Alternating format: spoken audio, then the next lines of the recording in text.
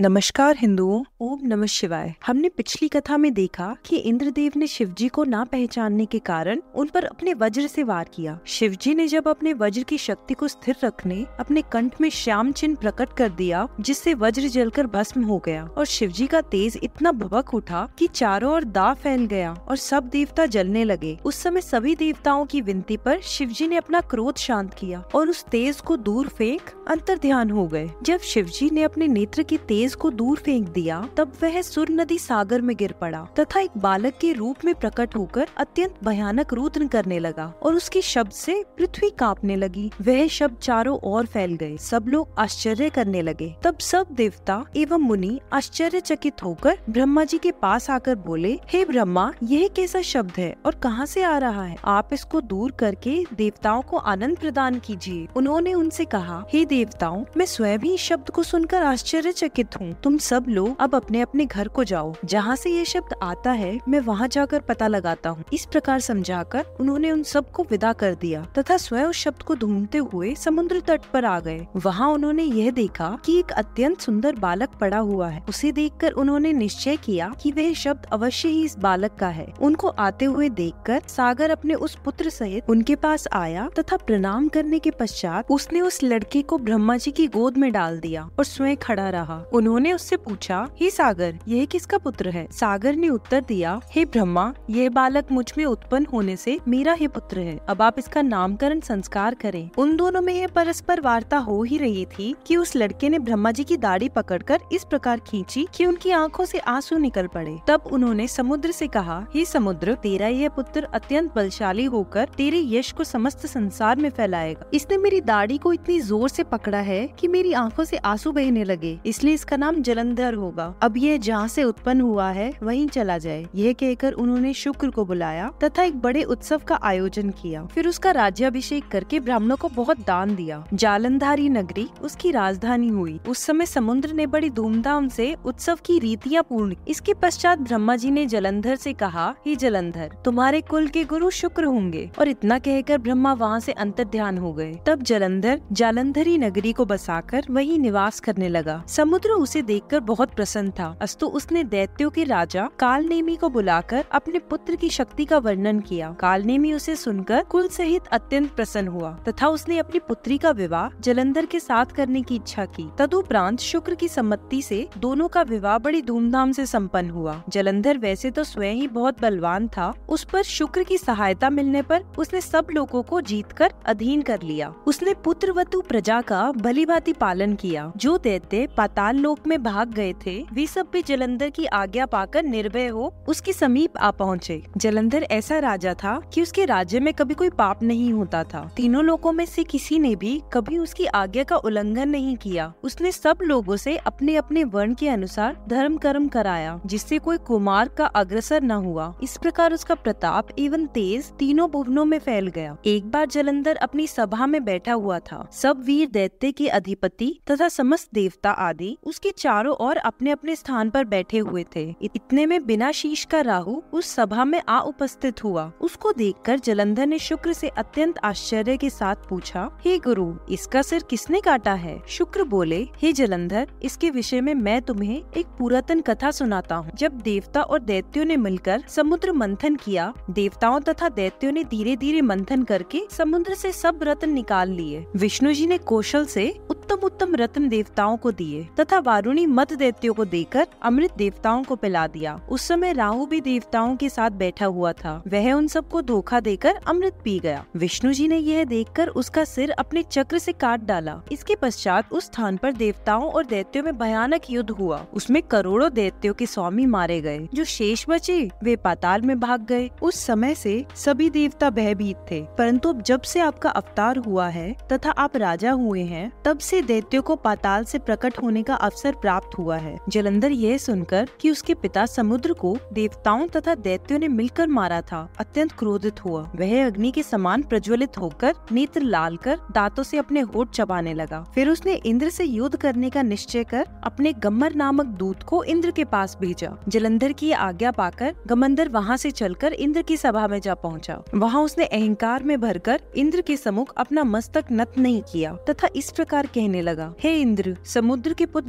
जलंधर ने तुमको यह संदेश भेजा है कि तुमने समुद्र से जो रत्न निकाल लिए हैं उन सबको हमें सौंप दो तो सब बात ठीक हो जाएगी, क्योंकि दिन का भूला हुआ यदि रात को लौट आए तो उसे भूला नहीं कहते। इसलिए तुम शीघ्र ही हमारी शरण में आओ, अन्यथा तुम इसका फल शीघ्र ही प्राप्त करोगे। यह संदेश सुनकर इंद्र जलंधर को बड़ा बलवान एवं पराक्रमी समझ मन में भयभीत हुए, परंतु ऊपर से क्रोधित होकर बोले, हे दूत, तुम हमारी ओर से जलंधर को यह उत्तर देना कि पहले किसी समय पहाड़ों ने हमारे लोक में उड़कर उसको नष्ट भ्रष्ट कर दिया था तथा यहाँ से असंख्य निवासियों को मार डाला था। उस समय हमने पर्वतों के पंख काट डाले थे तथा जो शेष रह गए थे वे डूबकर समुद्र में छिप गए थे। समुद्र ने शरण देकर उनकी रक्षा की थी। इसके अतिरिक्त समुद्र ने हमारे शत्रुओं को अनेक बार अपनी शरण दी है। दैत्यों को भी समुद्र ने ही छिपाया था। इसी अपराध के कारण हमने समुद्र का मंथन किया तथा उसके रत्न निकाल लिए। पहले भी देवताओं का एक और शत्रु उत्पन्न हुआ था जिसका नाम शंखासुर था। उसकी रक्षा समुद्र भी न कर सका। इसलिए जलंधर को चाहिए कि वे इस प्रकार बुद्धिहीन होकर दुर्विचार में ना पड़े। संसार में ऐसा कौन देवता या दैत्य है जो हमसे शत्रुता करके पार पावे? यह संभव है। उसने अभी हमारे बल एवं प्रताप के विषय में किसी से सुना नहीं है। यदि जलंधर अपनी भलाई चाहे तो वह इतने हाथ पैर न फैलाए। यदि वह इस बात को नहीं मानेगा तो उसके हाथ दुख एवं लज्जा के अतिरिक्त और कुछ नहीं लगेगा। दूत ने इंद्र के ऐसे वचन सुनकर कहा, हे इंद्र, तुम व्यर्थ ही अहंकार मत करो, क्योंकि जलंधर ने संसार भर का राज्य प्राप्त किया है। अब तुमको उचित है कि गर्व त्याग कर सब रत्न जलंधर को अभी सौंप दो और स्वयं चलकर जलंधर की छाया में आनंद पूर्वक रहो। यदि तुमने ऐसा नहीं किया तो तुमको बहुत ही कष्ट उठाना पड़ेगा। दूत के ऐसे वचन सुनकर इंद्र ने क्रोधित होकर उत्तर दिया, हे दूत, हमने जो तुमसे पहले कहा है तुम वही जाकर जलंधर से कह दो, फिर जो ईश्वर करेगा उसे देखा जाएगा। इंद्र ने यह कहकर दूत को वहाँ से विदा कर दिया तथा स्वयं क्रोध एवं भय की दशा में चिंता रूपी समुद्र में डूब गए। उधर दूत ने जलंधर के पास पहुंचकर इंद्र के कहे हुए शब्द विस्तार पूर्वक कह सुनाए। उसे सुनकर जलंधर क्रोधाग्नि से जल उठा और आवेश में उसके होठ फड़कने लगे। उसने दैत्यों की एक विशाल सेना एकत्र की। ऐसी बलशाली अपार सेना लेकर जलंधर देवलोक जीतने को चल दिया। उस समय पृथ्वी कांपने लगी। दैत्य मार्ग में गरजते हुए देवलोक में जा पहुँचे। उन्होंने देवलोक को चारों ओर से घेर लिया। जलंधर नंदनवन में जाकर ठहर गया। उस समय इंद्र जलंधर की उस विशाल सेना को देखकर अत्यंत क्रोधित हुए। तदुपरांत वे अपने गुरु बृहस्पति की आज्ञा लेकर देवताओं की सेना लिए हुए नगर से बाहर निकल आए। तब दोनों सेनाओं में परस्पर युद्ध होने लगा। अनेक प्रकार के शस्त्र चलने लगे और देवता एवं दैत्य बड़े उत्साह के साथ एक दूसरे पर प्रहार करने लगे। रत्न की नदियां बहने लगी। दोनों ओर के बड़े बड़े वीर योद्धा कट मरे। युद्ध स्थल में उनके शवों का ढेर लग गया। हाथी, घोड़े, रथ, प्यादे, देवता एवं दैत्य मरने लगे। देवताओं के हाथ से जिन दैत्यों की मृत्यु हुई उनको असुर गुरु शुक जी अपनी जीवनी विद्या की शक्ति द्वारा जीवित कर देते थे, अर्थात शुक्र मंत्र से जल पड़कर मरे हुए दैत्यों के मस्तक पर छिड़कते थे, जिससे वे जीवित हो उठते थे। इसी प्रकार बृहस्पति भी द्रोणाचल से जीवन दान देने वाली औषधि लाकर देवताओं को जीवित कर देते थे। निदान देवता तथा दैत्य पुनः युद्ध करने लगते थे। इस प्रकार कोई विजय प्राप्त नहीं कर सका। जब जलंधर ने यह देखा कि देवता मरकर पुनः जीवित हो जाते हैं तो वह अत्यंत क्रोधित हुआ। उसने शुक्राचार्य से बहुत विनती करके पूछा, हे गुरु, हमने अनेक देवताओं को मारा परंतु वे सब जीवित हो उठे। हम तो अब तक यही जानते थे कि संजीवनी विद्या का ज्ञान केवल आप ही रखते हैं, अन्य कोई नहीं जानता। यह सुनकर शुक्र ने कहा, हे जलंधर, एक मृतकों को जीवित करने वाली परम औषधि द्रोणागिरी पर है। बृहस्पति उसे लाकर देवताओं को जीवित कर देते हैं। यदि तुमको विजय की इच्छा है तो द्रोणगिरी को जड़ से उखाड़कर समुद्र में डलवा दो। यह सुनकर जलंधर ने प्रसन्न होकर द्रोणगिरी को जड़ से उखड़वाकर समुद्र में डाल दिया। फिर युद्ध क्षेत्र में आकर घंघोर युद्ध करने लगा। उस समय उसने अपने हस्त कौशल एवं वीरता से शत्रुओं को परास्त कर दिया। इस प्रकार युद्ध में जो दैत्य मारे जाते थे उनको शुक्र तुरंत जीवित करने लगे। परंतु बृहस्पति जब देवताओं को मारा हुआ देखकर पुनः द्रोणागिरी पर औषधि लेने गए तो वहाँ उन्होंने पर्वत को ही नहीं देखा। यह देखकर बृहस्पति ने अत्यंत चिंतित होकर समझा कि जलंधर ने उस पर्वत को नष्ट कर दिया है। तब वे लौटकर देवताओं से बोले, हे देवताओं, अब तुम युद्ध करना बंद कर दो। जलंधर महापराक्रमी है। देखो, इसने द्रोणागिरी को मूल से खोद डाला है। अब तुम समय को देखते रहो और इसकी अधीनता स्वीकार कर लो। गुरु के ऐसे वचन सुनकर समस्त देवता युद्ध स्थल से भाग चले। जिसको जहाँ स्थान मिला वह वहीं छिप गया। जब दैत्यों ने देवताओं को इस प्रकार भागते हुए देखा तो प्रसन्नता में भरकर घोर सिंहनाद किया और विजय के बाजे बजने लगे। तदुपरांत जलंधर देवताओं के नगर में चला गया। यह देखकर इंद्र आदि बड़े बड़े देवता सिमट कर कुंतल में जा छिपे, परंतु वहाँ भी उनका भय दूर न हुआ। इस प्रकार उन्होंने अनेक प्रकार के कष्ट उठाए। जलंधर देवताओं को अपने वश में करने के पश्चात आनंद पूर्वक राज्य करने लगा। जिस स्थान पर कभी देवताओं की राजधानी थी, वहाँ दैत्यों की राजधानी बनाई। जलंधर ने चंद्र, अग्नि, कुबेर, सूर्य, पवन आदि समस्त देवताओं के अलग अलग पदों पर दैत्यों की नियुक्ति की। वह ऐसा प्रतापी एवं शक्तिशाली हुआ जिसका वर्णन नहीं किया जा सकता। इसके पश्चात कुसुम आदि को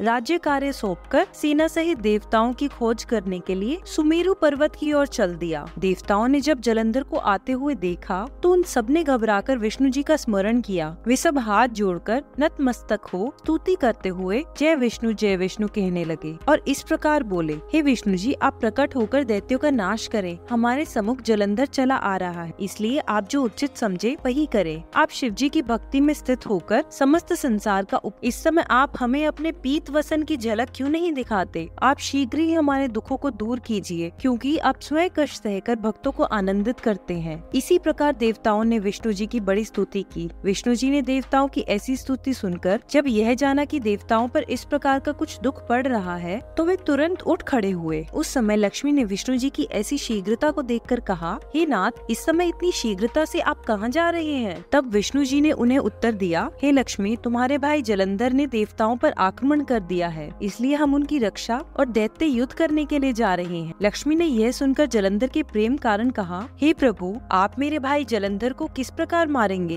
विष्णु ने कहा, जलंधर बहुत बलवान एवं पराक्रमी है, वह हमारे मारने से नहीं मरेगा। वह रुद्र का अंश है और ब्रह्मा के वरदान से देवताओं को नष्ट कर दे रहा है, परंतु इस समय यदि हम वहाँ नहीं जाएंगे तो हमारा भक्त वत्सल नाम मिट जाएगा। यह कहकर विष्णु जी वहाँ से चल दिए। उन्होंने शंख, चक्र, गदा एवं बाण धारण किए तथा गरुड़ को तैयार कर शीघ्र ही वहाँ जा पहुँचे जहाँ जलंधर था। उस समय गरुड़ ने अपने पैरों को इस प्रकार हिलाया जैसे वायु मेघों को उड़ा देती है। उससे असंख्य दैत्य उड़ गए। तब जलंधर ने वायु द्वारा दैत्यों को दुखी देखकर अत्यंत क्रोध किया और सिंह के समान गरजता हुआ विष्णु जी के पास जा पहुंचा और विष्णु जी और जलंधर में युद्ध आरंभ हो गया। दोनों ओर से असंख्य बाण चले। विष्णु जी ने जलंधर के रथ के घोड़े और धनुष को काटकर शंख ध्वनि की ओर कोट से भरकर एक बाण जलंधर के हृदय में मारा। यह देखकर जलंधर ने अपनी गदा गरुड़ के सिर पर दे मारी। गरुड़ उस गदा की चोट को न सह सका और धरती पर गिर पड़ा। तब विष्णु जी ने निर्भय होकर अपनी असी द्वारा उस गदा को काट दिया। यह देखकर जलंधर ने क्रोधित होकर विष्णु के हृदय पर अपने पैर से प्रहार किया। अनेक प्रकार के दाव पेच हुए, परंतु दोनों में से कोई नहीं हारा। तब विष्णु जी ने बादल के समान गरजते हुए कहा, हे जलंधर, हमने तेरे समान वीर तीनों लोकों में कोई नहीं देखा। तेरे इस पराक्रम से हम अत्यंत प्रसन्न हैं, इसलिए हमसे इच्छा अनुसार वरदान मांग ले। राजनीति का यही मुख्य तात्पर्य है कि किसी भी युक्ति से अपना मनोरथ पूर्ण किया जाए। अस्तु जलंधर यह सुनकर विष्णु जी से बोले, हे विष्णु, मैं आपसे यही वरदान मांगता हूँ कि आप मेरी बहन लक्ष्मी सहित मेरे घर में आकर रहें। इसी प्रकार समस्त देवता भी मेरे अधीन होकर मेरे घर में वास करें। जलंधर का यह वर मांगना सुनकर विष्णु जी अत्यंत दुखी हुए और उसका कहना मानकर लक्ष्मी सहित उसके घर में निवास करने लगे। जलंधर ने तीनों लोकों में विजय प्राप्त कर देवताओं के स्थान पर दैत्यों को नियुक्त कर दिया और समस्त राजाओं को जीतकर अपने अधीन कर लिया। उसने संसार के संपूर्ण बहुमूल्य रत्न और अद्भुत वस्तुओं को अपने अधिकार में कर लिया। फिर उसने सब दिक्पालों को बुलाकर अपने नगर में प्रजा के समान बसा दिया। उसने इंद्र से ऐरावत हाथी छीन लिया। इस प्रकार जो मुख्य मुख्य वस्तुएं थी, जैसे वरुण का छत्र, प्रजापति का रथ तथा अनल का अंकुश, उन सबको छीनकर उसने अपने अधीन कर लिया। इसके पश्चात उसने दया एवं धर्म पूर्वक संपूर्ण प्रजा का पुत्र के समान पालन किया, इसलिए वह दैत्यों में अद्वितीय गिना गया। उसके राज्य में किसी को भी कोई कष्ट नहीं था। उस समय जलंधर के राज्य में देवताओं के अतिरिक्त किसी के मन में न तो किसी प्रकार का भय था और न कोई कष्ट था। अस्तु एक दिन सब देवता एकत्र होकर शिव जी का स्मरण एवं ध्यान अनुसार स्तुति करने लगे। देवताओं ने कहा, हे शिव जी, आपकी ही कृपा होनी चाहिए। हमको विष्णु जी का बड़ा भरोसा था, परंतु उन्होंने अपनी पत्नी लक्ष्मी सहित जलंधर के घर में निवास कर लिया है। जब तक हमारा काम विष्णु जी से निकलता था, तब तक हम आपको किसी प्रकार का कष्ट नहीं देते थे। तब देवताओं की प्रार्थना सुनकर शिव जी ने आकाशवाणी द्वारा कहा, हे देवताओं, तुम कुछ चिंता मत करो, हम तुम्हारी मनोकांक्षा अवश्य पूर्ण करेंगे। देवताओं ने उस आकाशवाणी को सुनकर बड़ा आनंद प्राप्त किया। उस समय नारद ने जलंधर के राज्य में जाकर विष्णु आदि को देखा। जलंधर ने नारद की भली प्रकार आने की पूजा कुशल क्षेम के पश्चात उसने आगमन का कारण पूछा तथा यह कहा कि आपने संसार में जो कुछ आश्चर्यजनक चरित्र देखा हो उसका वर्णन कीजिए। तब नारद ने जलंधर को ये उत्तर दिया, हे जलंधर, एक दिन हम कैलाश में गए जो सृष्टि भर में सबसे श्रेष्ठ है। शिव जी की स्तुति एवं प्रणाम करने के पश्चात मैं वहाँ की सामग्री को देखकर आश्चर्य में पड़ गया और विचारने लगा कि इतनी असंख्य सामग्री किसी के यहाँ न होगी, इसलिए अब मैं तुम्हारी सामग्री देखने के लिए यहाँ आया हूँ। जलंधर ने नारद की यह इच्छा जानकर अपनी संपूर्ण सामग्री दिखाते हुए पूछा, हे नारद, सत्य कहना कि दोनों स्थानों में कहाँ अधिक सामग्री है? तब नारद ने उसे यह उत्तर दिया, हे जलंधर, वास्तव में तुम्हारे घर में बहुत सामग्री है, परंतु एक अमूल्य रत्न की कमी है। शिव जी के घर में ऐसी स्त्री है जिसके समान संसार में कोई अन्य स्त्री नहीं है। उसकी सुंदरता पर ब्रह्मा तक मोहित हो गए थे। वह इतनी सुंदर है कि उसने कामदेव के शत्रु शिव जी को भी अपने वश में कर लिया है। ब्रह्मा ने बहुत प्रयत्न किया कि वे शिवरानी के समान दूसरी स्त्री बनाए, परंतु उन्हें सफलता नहीं मिल सकी। नारद जलंधर से इतना कहकर वहाँ से चल दिया। उसके जाने के पश्चात जलंधर काम ज्वर में पीड़ित होकर रोगियों के समान दुख सागर में डूब गया और कामवश हो शिव जी को अन्य देवताओं के समान समझ राहु को उनके पास भेज दिया और अपने स्वामी जलंधर की आज्ञा अनुसार राहु शिव जी के पास चल दिया। वह 6 द्योड़ी तो पार कर गया, परंतु जब 7वें द्वार पर पहुंचा, जहां गणों के राजा नंदी द्वारपाल बनकर बैठे हुए थे, तब नंदी ने उसको रोक दिया। तदुपरांत वे शिव जी की आज्ञा लेकर उसे अपने साथ ही शिव जी के पास ले गए। उस समय शिव जी ने भौं का संकेत करते हुए राहु से पूछा, कहो तुम क्या चाहते हो? राहु ने उत्तर दिया, हे शिव जी, जलंधर जो सबसे श्रेष्ठ है तथा जिसके अधीन देवता और विष्णु जी भी हैं, उसने यह कहा है कि तुम तो तपस्वी योगी, दिगंबर और मरघटों में पड़े रहने वाले हो। तुम्हें भोग विलास से कोई प्रयोजन नहीं है, अस्तु तुमको ऐसी कोमलांगी स्त्री से क्या प्रयोजन है? ऐसी सुंदर स्त्री तो हमको चाहिए, इसलिए तुमको उचित है कि उस परम सुंदरी स्त्री को हमें दे दो। राहु के ऐसे वचन सुनकर शिव जी अत्यंत क्रोधित हुए। तब तुरंत ही उनकी बोहों से एक मनुष्य उत्पन्न होकर आगे आ खड़ा हुआ। उसका शरीर अत्यंत भयानक और वज्र के समान दृढ़, उसका शेर जैसा स्वरूप, जलती हुई अग्नि के समान नेत्र, सब बाल खड़े हुए तथा इस प्रकार अत्यंत भयानक डिडोल था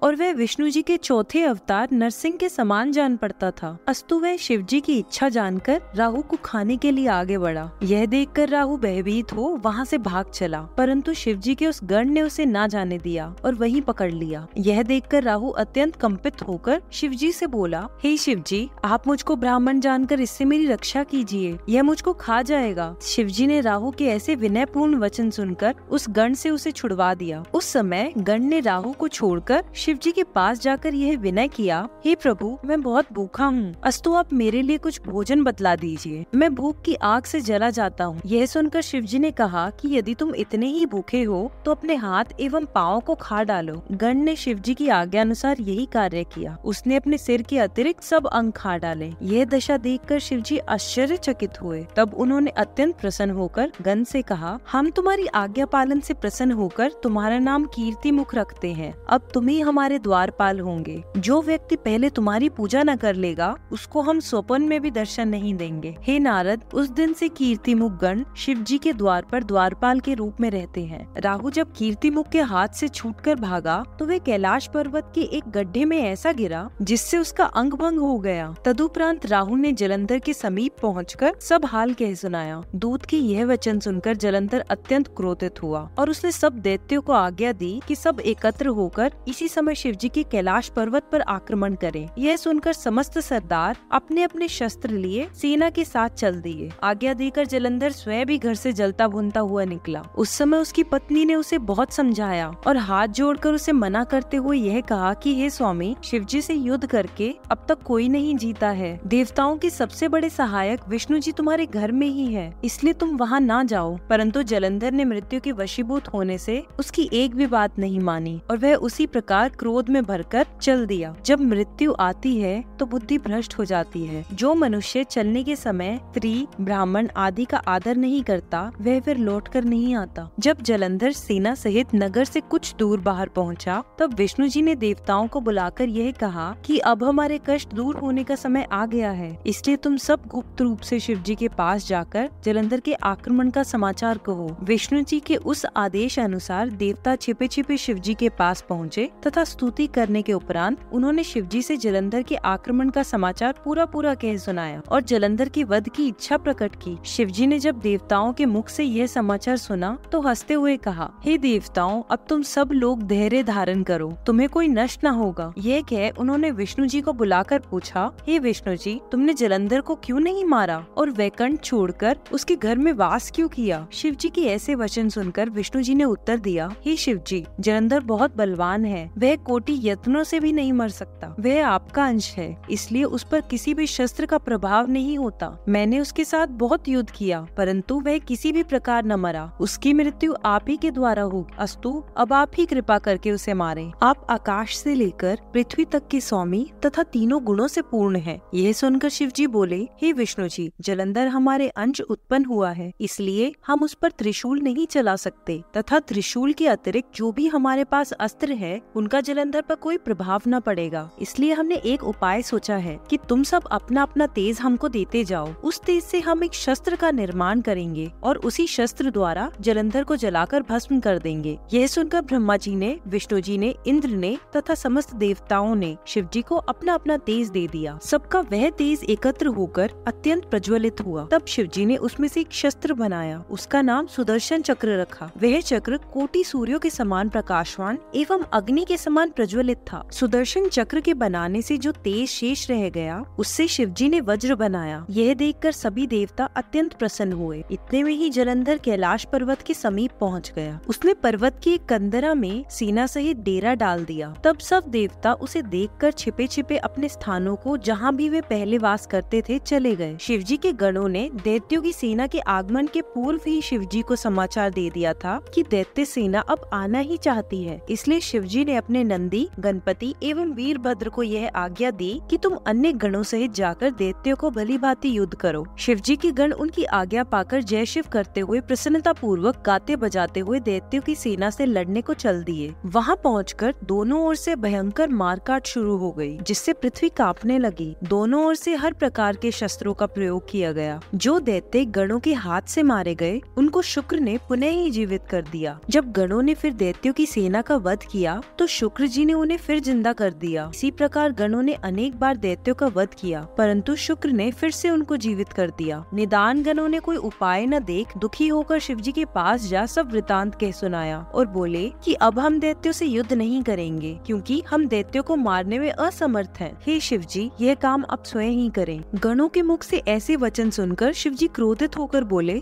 यह कार्य शुक्र मृत्युंजय मंत्र पाकर कर रहा है। अस्तु, उसी समय शिव जी के मुख से कृत्या नामक की एक स्त्री प्रकट हुई। उसका स्वरूप अत्यंत भयानक था। उसकी दाढ़ें बड़ी भयंकर पर्वत के समान थी। ऐसे स्वरूप से प्रकट होकर वह शिव जी की सेना के साथ युद्ध स्थान में आई। वह महाभयंकर नाद करती हुई दैत्यों का भक्षण करने लगी। तब दैत्य उसके स्वरूप को देखकर तथा उसके पराक्रम से भयभीत हो भागने लगे। इसके पश्चात कृत्या शुक्र को अपने गुप्त अंग में दबाकर उड़ गई तथा सबके देखते देखते आंखों से ओझल हो गई। शुक्र को कृत्या द्वारा उड़ा ले जाने पर दैत्य लोग बड़े भयभीत हुए और उनकी सेना में हाहाकार मच गया। उस समय वे इधर उधर भागने लगे। तब शिव जी के गण प्रसन्न होकर दैत्यों को चारों ओर से घेर कर सिंह के समान गर्जना करने लगे। दैत्य भागकर चारों ओर फैल गए। कुछ दैत्य तो खा लिए गए, कुछ मारे गए, कुछ मूर्छित हुए तथा कुछ गिर पड़े। जलंधर अपनी सेना की ऐसी दुर्दशा देख क्रोध में भरकर रथ पर आरूढ़ हो कटक सहित गणों की ओर चल दिया। तब दैत्यों की सेना पुनः संभलकर युद्ध करने के लिए तैयार हुई। युद्ध के बाजे बजने लगे और दोनों सेनाओं में फिर घमासान युद्ध होने लगा। जलंधर ने आते ही बाणों की वर्षा की तथा 5-5 बाण गणपति और नंदी के तथा 20 बाण वीरभद्र के शरीर में मारकर सिंहनाद किया। उस समय वीरभद्र ने एक सांग जलंधर पर ऐसी चलाई कि उसके लगने से जलंधर मूर्छित होकर पृथ्वी पर गिर पड़ा। फिर उसने उठकर क्रोधित हो वीरभद्र के ऊपर अपनी गदा का प्रहार किया, जिससे वीरभद्र व्याकुल होकर पृथ्वी पर गिर पड़े। गणपति ने क्रोधित होकर अपनी सांग द्वारा जलंधर की गदा को काट डाला और 3 बाण जलंधर के हृदय में मारे। यह देखकर जलंधर ने अपनी सांग द्वारा गणपति को घायल कर दिया और दूसरे रथ पर चढ़कर वीरभद्र के पास जा पहुंचा और उनसे युद्ध करने लगा। तब वीरभद्र ने जलंधर का धनुष काटकर उसके मस्तक पर परिध से प्रहार किया। उस प्रहार से जलंधर पृथ्वी पर गिर पड़ा। थोड़ी देर बाद उसने सचेत होकर वीरभद्र के ऊपर परिध से ऐसा प्रहार किया कि वीरभद्र पृथ्वी पर गिर पड़े। वीरभद्र की ऐसी दशा देखकर सब गण वहाँ से भागकर शिव जी के पास जा पहुँचे और उन्हें सब वृतांत सुनाकर बोले, हे शिव जी, दैत्यों ने अपनी भीषण मारकाट से हम सबको व्याकुल कर दिया है। शिव शिवजी गणों द्वारा ये समाचार सुनकर अपने बेल पर चढ़े तथा युद्ध क्षेत्र में पहुंचकर त्रिशूल लेकर दैत्यों की सेना पर आक्रमण करने लगे। उस समय शिवजी ने अपना डमरू बजा दिया। जब गणों ने शिवजी को आते देखा तब वे सब अत्यंत प्रसन्न हुए और पुनः लौटकर युद्ध करने के लिए प्रस्तुत हो गए। शिवजी ने ऐसा भयंकर रूप धारण किया कि जिसको देखकर दैत्यों की सेना में हाहाकार मच गया और वह मैदान छोड़कर भागने लगे। जलंधर ने अपनी सेना की यह दुर्दशा देख शिवजी पर अनेक बाण छोड़े। शुंभ निशुंभ सब दानव एक साथ शिवजी पर आक्रमण करके बाण वर्षा करने लगे, परंतु शिवजी ने उन बाणों के जाल को पल भर में काट डाला तथा अपने बाणों से आकाश को भर दिया। इसके पश्चात शिवजी ने परशु द्वारा असीलोमा का सिर काट डाला। तदुपरांत शिवजी ने अपना बैल दैत्यों की सेना में छोड़ दिया। उसने अपने सिंहों से असंख्य दैत्य को मार गिराया। जो दैत्य शेष रहे वे भयभीत होकर भाग गए। यह देखकर जलंधर ने शुंभ निशुंभ को संबोधित करते हुए कहा,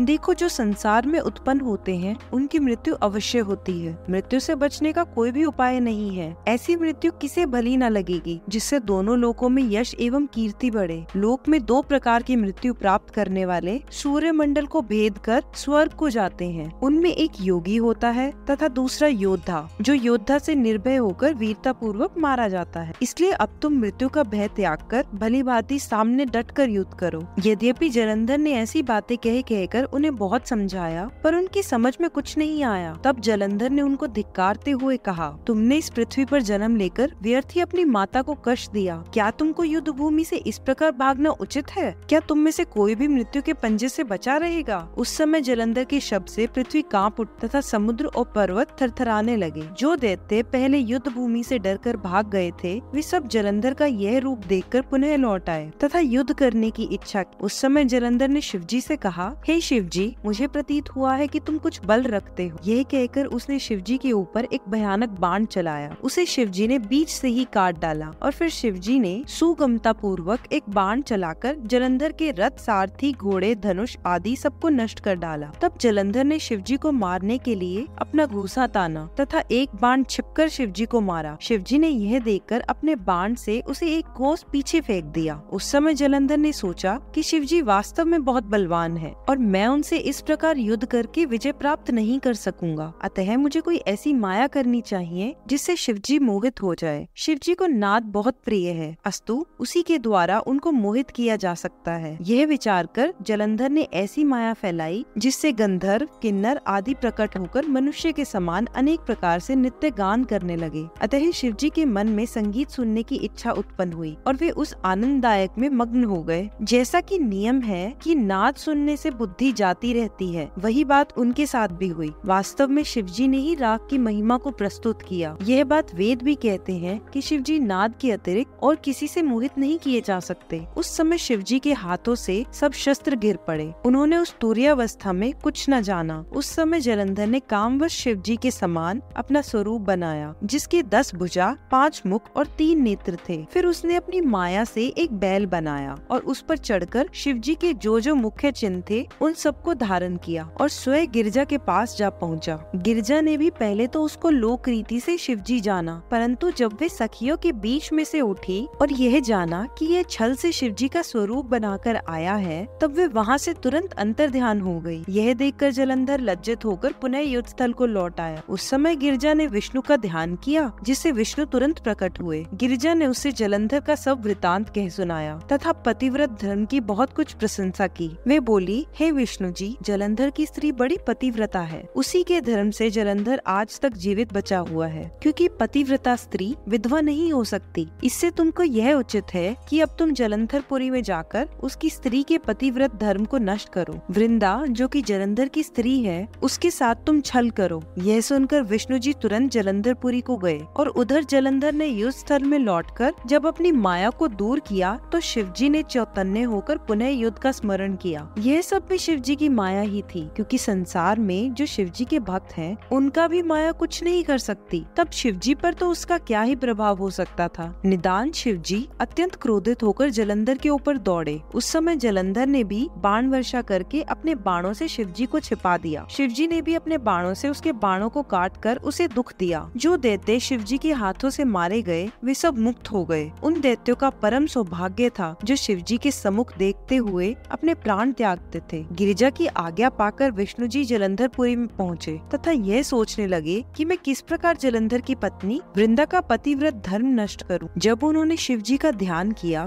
तो उस ध्यान को करते हुए विष्णु को एक उपाय सूझा। तब वे तपस्वी का रूप धारण कर एक शिष्य को साथ लेकर वृंदा के उपवन में जा पहुँचे। वृंदा ने उसी रात को यह स्वप्न में देखा था कि मेरा पति जलंधर युद्ध में मारा गया है, और यह भी देखा था कि मेरा पति जलंधर तेल लगाए हुए भैंसों पर सवार, नंगा तथा सिर के अशुभ बाल बनवाए, काले पुष्पों की माला पहने, राक्षसों से घिरा हुआ यमपुरी को चला जा रहा है। जब वह यह सपना देखकर उठी तो उसने सूर्य को उदय होते समय राहुग्रस्त तथा प्रकाशहीन दिख ऐसे अपशगुनों को देखकर वह रोने लगी तथा घबराहट में इधर उधर फिरने लगी। वह अपनी 2 सखियों को साथ लेकर जलंधर के उद्यान को गई, परंतु उसे वहाँ फल फूल देखकर संतोष न हुआ। तब उसे 2 भयंकर रूप वाले राक्षस दिखाई दिए, जिनसे डरकर वो भागी। तब आगे जाकर उसने शिष्यों सहित एक तपस्वी को देखा जो मौन साधे हुए बैठा था। वृंदा उसी समय दौड़कर उस तपस्वी के पास गई तथा अपने हाथ उसकी गर्दन में डालकर लिपट गई और बोली, हे तपस्वी, आप मेरी रक्षा करो। उस समय तपस्वी ने अपने दोनों नेत्र खोलकर बड़ा क्रोध किया तथा ओंकार दी, जिससे वो दोनों राक्षस वहाँ से भाग गए। यह देखकर जलंधर की स्त्री अत्यंत प्रसन्न हुई और प्रणाम करके उनके तपोवन की प्रशंसा करने लगी। फिर वह तपस्वी से इस प्रकार बोली, हे प्रभु, आप मेरे पति का जो शिवजी से युद्ध करने के लिए गए हैं वृतांत कहिए। यह सुनकर तपस्वी रूपधारी विष्णु जी ने हंसकर ऊपर की ओर देखा, जिससे तुरंत ही 2 बंदर वहाँ आ उपस्थित हुए और उन्हें प्रणाम करके बैठ गए। फिर वे दोनों बंदर गुप्त हो गए। तदुपरांत एक क्षण भी नहीं बीता कि दोनों बंदर पुनः पहले की भांति आकर बैठ गए। इस बार उनके हाथ में जलंधर का शीश एवं धड़ था। उसे उन्होंने योगी के सम्मुख रख दिया तथा स्वयं दुखी होकर बैठे रहे। उस समय वृंदा ने अपने पति का सिर देखकर व्याकुल हो पृथ्वी पर गिर पड़ी। तब तपस्वी ने पानी आदि छिड़क कर वृंदा को सचेत किया। वृंदा पुनः रो रो कर अपने पति का सिर अपने सिर से लगाकर रोने लगी और बोली, हे नाथ, मैंने तो आपसे शिवजी के साथ युद्ध करने के लिए पहले ही मना किया था, परंतु आपने मेरी बात नहीं मानी। इसी प्रकार वह अनेक बातें कह कहकर रोती रही। फिर तपस्वी से बोली, हे महाराज, आप मेरे ऊपर कृपा करके मेरे पति को जीवित कर दीजिए। मैं आपके प्रभाव को देख चुकी हूँ, इसलिए मुझे विश्वास है कि आप इस योग्य हैं कि मेरे पति को जीवित कर देंगे। यह सुनकर मुनि वेशधारी विष्णु जी ने कहा, हे वृंदा, जो मनुष्य शिवजी की क्रोधाग्नि से मृत्यु को प्राप्त हुआ है उसे हम जीवित नहीं कर सकते, परंतु तुम्हारे दुख को देखकर हम उसको जीवित करेंगे। यह कहकर उन्होंने सिर को धड़ से जोड़ दिया और स्वयं अंतर ध्यान होकर उस शरीर में प्रवेश कर गए और जलंधर के समान उठकर बैठ गए। तदुपरांत उन्होंने वृंदा को गले लगाया, परंतु वह ये सब कुछ समझ न सकी और उसने बड़ी प्रसन्नता पूर्वक उनके साथ सहवास करके अपना धर्म नष्ट कर दिया। जब वह उत्तम रीति से विहार कर चुकी तब विष्णु जी ने अपना शरीर प्रकट कर दिया। उसे देखकर वृंदा ने उन्हें पहचान लिया। तब वह अपने कृत्य पर बहुत दुखी हुई। उसे विष्णु जी के ऐसे छल पर बहुत क्रोध आया और वह बोली, हे विष्णु, तुमने वेद के विरुद्ध मेरे धर्म को नष्ट किया है। तुम मुनीश्वरों के समान स्वरूप धारण किए हुए बड़े ही अधर्मी हो। यह कहकर वृंदा ने विष्णु जी को ये श्राप दिया कि जो राक्षस तुमने मुझे दिखाए थे, दोनों बड़े शक्तिशाली होकर तुम्हारी स्त्री को भगा ले जाएंगे। उस समय तुम दुखी होकर वन वन में फिरोगे और तुम्हें हर प्रकार के कष्ट प्राप्त होंगे, और जो बंदर तुमने मुझको दिखाए वही तुम्हारे सहायक होंगे। यह कहकर वृंदा बहुत रोई और चिंता बनाकर अपने पति के साथ सती होने की इच्छा करने लगी। यद्यपि विष्णु ने उसे बहुत समझाया, परंतु उसने पतिव्रत धर्म दृढ़ करके कुछ नहीं माना। तदुपरांत वह शिव गिरिजा का ध्यान धरकर सती हो गई और उसका तेज सबके देखते देखते गिरिजा के शरीर में प्रवेश कर गया। विष्णु जी यह दशा देखकर बारंबार पछताते हुए उसकी सुंदरता के स्मरण में दुखी हुए और उसकी चिंता की भस्म को अपने शरीर में मलकर उसी स्थान पर वास करने लगे। उनकी यह दशा देखकर देवता और सिद्ध उनके निकट जा पहुँचे और विष्णु जी को बड़े बड़े इतिहास और दृष्टांत सुनाकर समझाने लगे कि आप तो स्वयं हर समय धर्म का पालन करने वाले रहे हैं। अब आप यहाँ से चलिए और अपने वैकुंठ लोक में विहार कीजिए। जो पाप आपसे दुर्भाग्यवश हुआ है वह सब शिवजी की कृपा से नष्ट हो जाएगा। आप किसी प्रकार का दुख मत कीजिए और यहाँ से अपने स्थान को चलिए। उन लोगों के इस प्रकार समझाने पर भी विष्णु जी ने किसी प्रकार का उत्तर नहीं दिया और उसी प्रकार से शोक में बैठे रहे। शिवजी की माया बड़ी विचित्र है और सब उसी के अधीन रहते हैं। उधर युद्ध क्षेत्र में शिवजी को चेत हुआ तब देवता उन्हें देखकर बहुत आनंदित हुए। उस समय शिवजी की वीरता एवं पराक्रम को देखकर जलंधर ने यह विचार किया कि अब मुझे क्या करना चाहिए जिससे मैं शिवरानी को प्राप्त करने में सफल हो सकूं। विचार कर उसने अपनी माया से एक कृत्रिम गिरिजा गिरिजा बनाई और उसे अपने रथ में बैठाकर शिव जी के सम्मुख ले आया। शुंभ निशुंभ दोनों भाई उसे मारते जा रहे थे, पर वह गिरिजा रोती हुई कि मेरी रक्षा करो और कहती रही। उस समय जलंधर ने उच्च स्वर से कहा, हे सदाशिव, तुम अपनी स्त्री को देखो। यदि तुम्हें अपनी स्त्री बहुत प्रिय है तो समझ लो कि अब मैं उसको पकड़ लाया हूँ और उसकी ऐसी दुर्दशा कर रहा हूँ। क्या तुमको नहीं दिखाई देता? तुमको सहस्र धिक्कार है जो तुम अपने को अब भी बड़ा समझते हो। शिव जी जलंधर के यह वचन सुनकर और माया की गिरिजा को देखकर अत्यंत दुखी हुए और मौन साधकर बुद्धि को भूल बैठे। तब शिव जी ने भी लीला करके अपने आप को ऐसा शोकाकुल प्रदर्शित किया कि जलंधर ने अपने धनुष को कानों तक खींचकर 3 बाण, एक शिव जी के सिर में, दूसरा यक्ष में और तीसरा उदर में मारे। उस समय शिव जी जलंधर की माया को जान भयंकर रूप धारण कर अग्नि के समान प्रकट हुए। जलंधर ने शिव जी का यह रूप देखकर अत्यंत क्रोधित हो बाणों की वर्षा कर शिव जी को ढक दिया। यह देखकर शिव जी ने क्रोधित हो अपने बाणों द्वारा जलंधर के बाणों को काट डाला। इतने में जलंधर ने एक परिक बैल को मारा, जिसके कारण बैल धर्म को भूलकर युद्ध क्षेत्र से भाग गया। यद्यपि शिव जी ने बहुत रोका, पर वह युद्ध स्थल में न ठहर सका। यह देखकर शिव जी अत्यंत क्रोधित हो महाभयंकर हो गए। तब उन्होंने करोड़ों सूर्य के समान चमकते हुए सुदर्शन चक्र को अपने हाथ में उठा लिया और उसे जलंधर के ऊपर छोड़ दिया। उस चक्र का तेज 10 दिशाओं में फैल गया। संपूर्ण पृथ्वी और आकाश उसकी तेज से जलने लगे। चक्र ने जाकर जलंधर का सिर धड़ से अलग कर दिया। उस समय बड़ा भारी शब्द हुआ, पृथ्वी थर-थर कांपने लगी और पर्वत जलने लगे। जिस समय जलंधर का तेज शिव जी के शरीर में प्रविष्ट हुआ, उस समय चारों ओर से जय जय का नाद हुआ।